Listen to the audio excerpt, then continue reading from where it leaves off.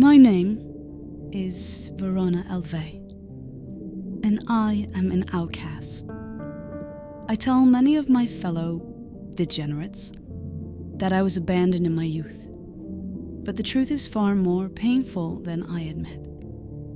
I was a magical misfit, as Jack likes to call me. A child tossed aside by my parents for the strange powers I was born with. I had possessed these abilities since before birth, making my arrival a catastrophe. Birthing me killed my mother, and my father and I became left to fend for ourselves. He hated me for it, blaming it all on me, as did the villagers of Lendic. My upbringing was nothing short of a walking disaster, a nightmare I constantly wished to escape. My peers scorned me, laughed and jeered, but deep down I knew the truth. They were afraid. Even my father was horrified by what I could do. I learned quickly what I was capable of. You understand a lot about yourself when you're alone. I dabbled in the strange energies that pooled in my palm and climbed my fingers, watching as crows swarmed about in their curiosity. They sat on my fence and watched as I hurled small blasts of violet magic at a wayward tree, scorching and twisting its bark with each repetition. I even cast spells on the vexing children who bullied me, watching as their feet would catch fire. And then, one day, one of them flew into the side of my home. Its skull crushed, its wings broken. I cradled it in my hand and, as if by magic, it awoke. The others were fascinated. Not the humans, but the black-feathered visitors. I had saved one of their own, though I could not fathom how.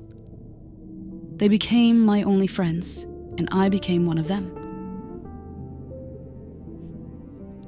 The children began to call me the Crow. And then one day I accidentally burnt the schoolhouse to the ground. My father didn't like that. Eventually I ran away, far from my father's abuse, far from those who called me monster, far from my home.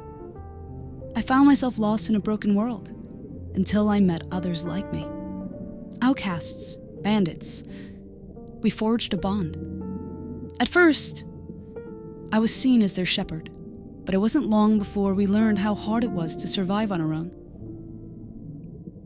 We became scavengers, and sometimes we were even worse. We stole, we killed, we lived.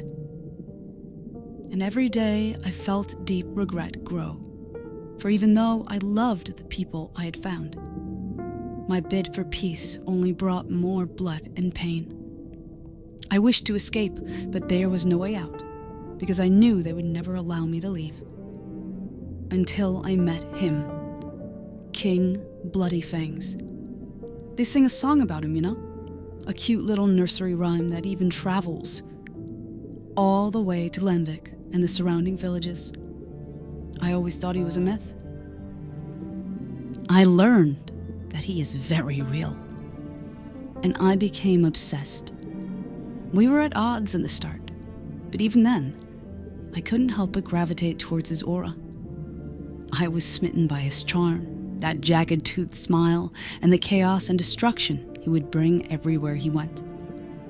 I have lived a life hating men, but I found myself finding reasons to like this one, to love this one even. Yes, I am in love with Jack Townson, and I would kill and die for him. The question I have asked myself so many times, though, is this.